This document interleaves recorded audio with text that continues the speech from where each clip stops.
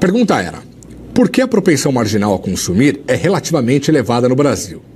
E as possibilidades eram essas aqui. Porque o brasileiro tem o péssimo hábito de gastar mais do que ganha. Letra B, porque a renda média é muito baixa, impedindo que se opte por realizar poupança. Letra C, porque falta educação financeira nas escolas. Letra D, tem um pequeno erro de digitação, vou fazer um ajuste aqui, você não se esqueça, tá?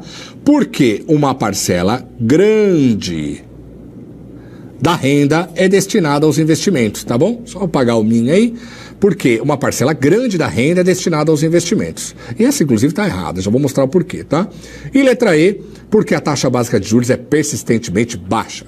Vamos para a resposta? Letra B, porque a renda média é muito baixa, impedindo que se opte por realizar poupança. O brasileiro, a propensão marginal a poupar, ou seja, a quantidade de dinheiro que o brasileiro tem que destinar ou quer destinar para investimento é muito baixa, porque não sobra dinheiro. O Brasil é um dos 5 países mais desiguais do mundo.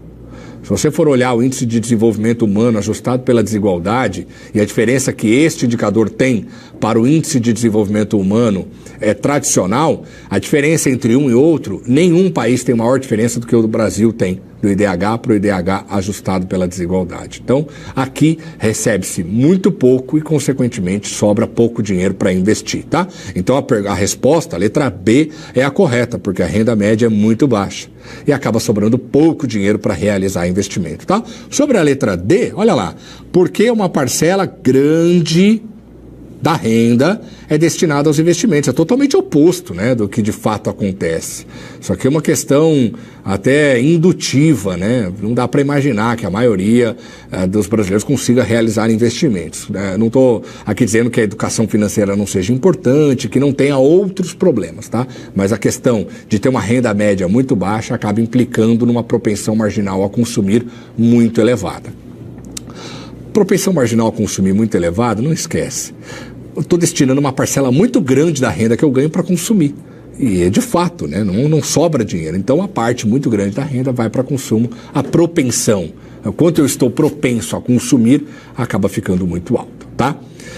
Bom, leitura e explicação. A decisão de investir do empresário ou do empresário em investir está embasada no custo do investimento e nas condições futuras de mercados e bens. Eu acabei de falar que o Keynes disse, ó, se o clima de incerteza aumenta, não vai investir. Mas ele também olha para custo, não é que ele fecha os olhos, o custo é desinteressante ou não é importante, não é isso, ele olha também para o custo do investimento, tá?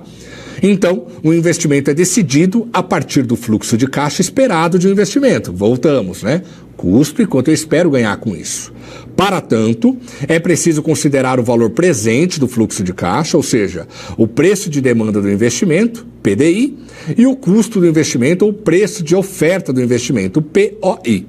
Quando o PDI é maior que o POI, compensa fazer investimento. Quando o PDI é menor, não compensa investir. Simples, tá? Dessa equação, surge o conceito de eficiência marginal do capital, dado aqui por EMGK, que é a taxa de retorno esperada do investimento, que faz com que se igualem o valor presente do fluxo de caixa e o custo do investimento. Ou seja, simplificando, aluno, o empresário ele vai atualizar os valores do dinheiro que ele espera receber daqui 5 anos, daqui 1 ano, por os dias de hoje, e ver se esses lucros são de fato interessantes para ele. Se a eficiência marginal do capital for, que a eficiência marginal do capital é quanto ele vai ganhar com esse dinheiro que ele está investindo em ativos reais, montando uma fábrica, comprando uma máquina, tá? Se a eficiência marginal do capital for menor do que o rendimento dos ativos financeiros, do que os juros da dívida pública, por exemplo, dos títulos públicos, o empresário pode optar, e deve optar, por investir em ativos financeiros. Para que eu vou investir numa fábrica se eu posso ganhar dinheiro muito mais tranquilamente investindo em ativos financeiros? Então veja o equilíbrio entre a eficiência marginal do capital e a taxa de juros, tá? Isso é muito relevante em Keynes. E que é isso que está escrito aqui no final, na verdade, né? Na parte de baixo do slide, tá? Ó, se a eficiência marginal do capital for maior que a taxa de juros, o empresário vai investir. Ora, é melhor eu colocar meu dinheiro numa fábrica, vai me trazer muito mais dinheiro do que eu comprar um título público. Tá? Se a eficiência marginal do capital, o retorno do investimento em ativos reais, for menor do que a taxa de juros, ele não vai investir. Faz sentido, né? Para que você vai se arriscar? Chuva, sol, processo trabalhista? Fica em casa, investindo em títulos financeiros. Por isso, quando a taxa de juros é muito alta, isso acaba impedindo que o investimento se concretize, tá bom? Próximo slide aqui. Neste caso, os dados que permitem que o empresário faça projeções da eficiência marginal do capital são muito instáveis, podendo haver frustrações. Ou seja, eu estou projetando a inflação daqui 5 anos. O pessoal tem dificuldade em projetar a inflação para daqui 6 meses. Tá? Então, mesmo fazendo conta e sendo muito prudente, ele ainda está em meio a algum risco. Voltando aqui, para evitar flutuações da atividade econômica, Keynes chama atenção para a necessidade das intervenções do Estado na economia. Eu já falei disso, né? Enquanto mecanismo estabilizador e anticíclico. Bom, se a economia é feita de cíclico, para que eu tenho que deixar ela chegar no fundo do poço, alcançar o limite mais baixo, né? Pessoas morrendo de fome e não vou agir? Para que eu tenho que deixar? Então o Estado entra e diminui esse impacto ou simplesmente apaga ele. Então, o empresário está com medo de investir, então eu vou investir no lugar do empresário. E assim foi por muito tempo, tá?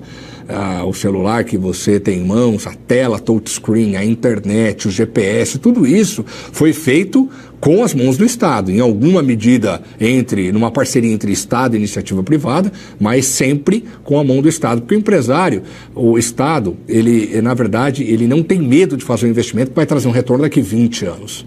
O empresário, com razão, aqui não é um juízo de valor, ele não vai destinar recursos para tentar descobrir um negócio que vai ser comercialmente interessante daqui 15, daqui 20 anos, se for interessante daqui 15 a 20 anos. Então, a presença do Estado é muito importante, tá?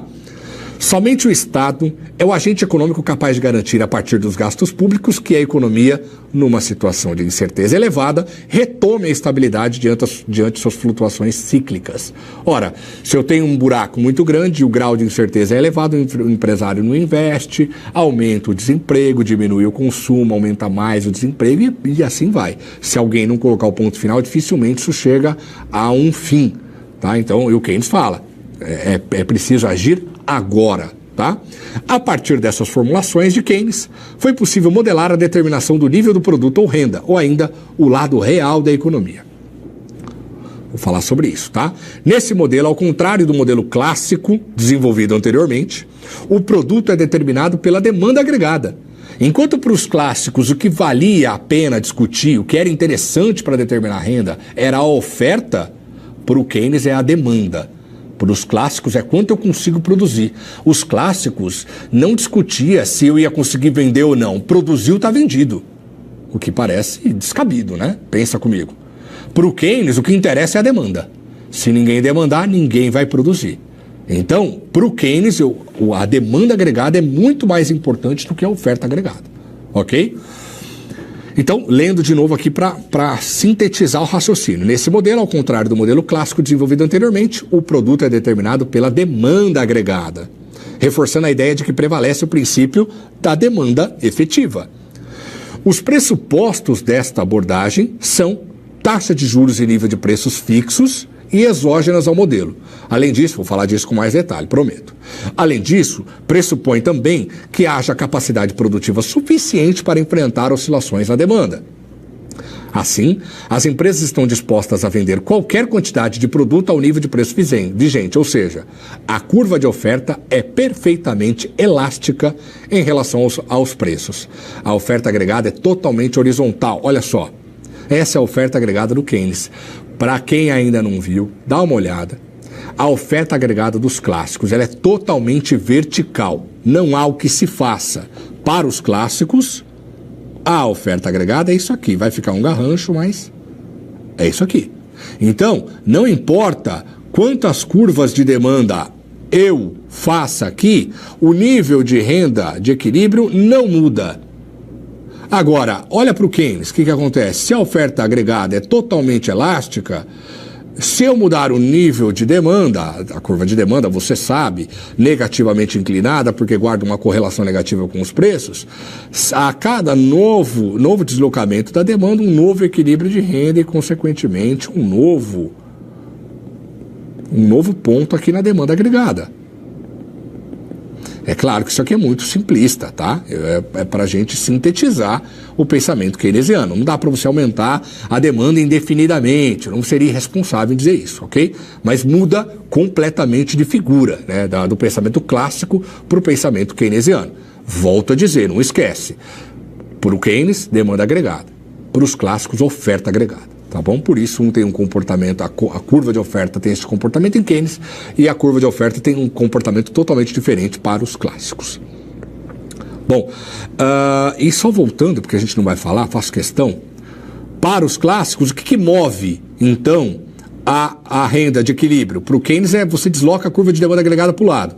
Para os clássicos, vou colocar aqui caneta vermelha, como a curva de oferta é totalmente vertical, se eu colocar as curvas de demanda, eu não vou produzir absolutamente nada, eu só vou trazer um incremento ao nível de atividade quando aumentar a tecnologia, o número de pessoas trabalhando. Quando a curva de oferta se desloca para a direita.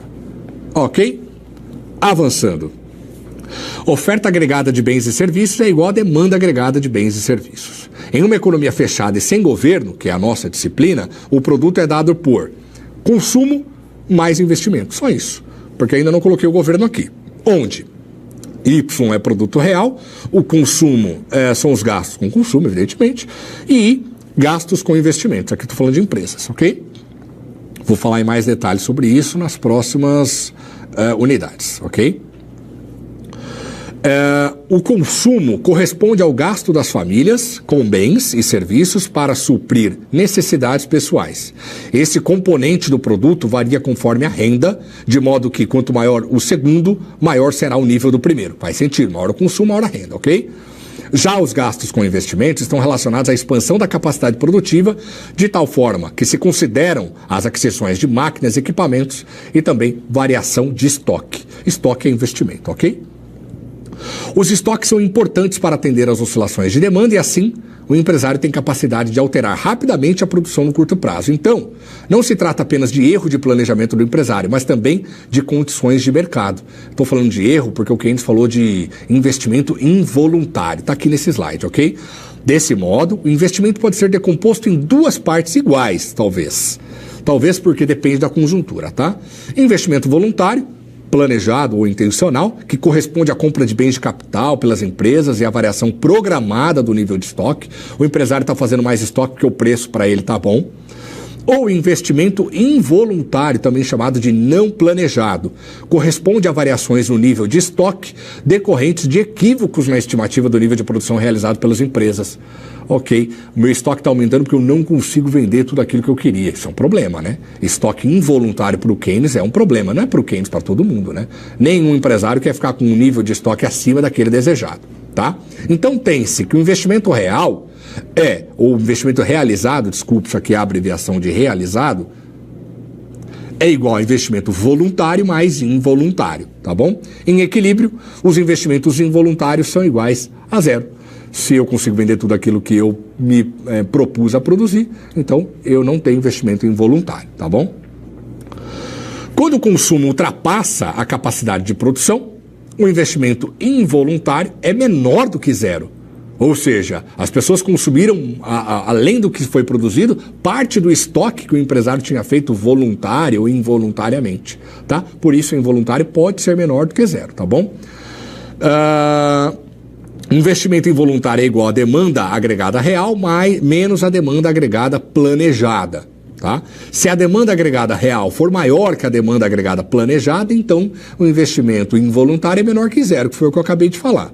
E se a demanda real for menor do que a demanda agregada planejada, então o investimento involuntário é maior que zero, certo? Vamos para a nossa interatividade?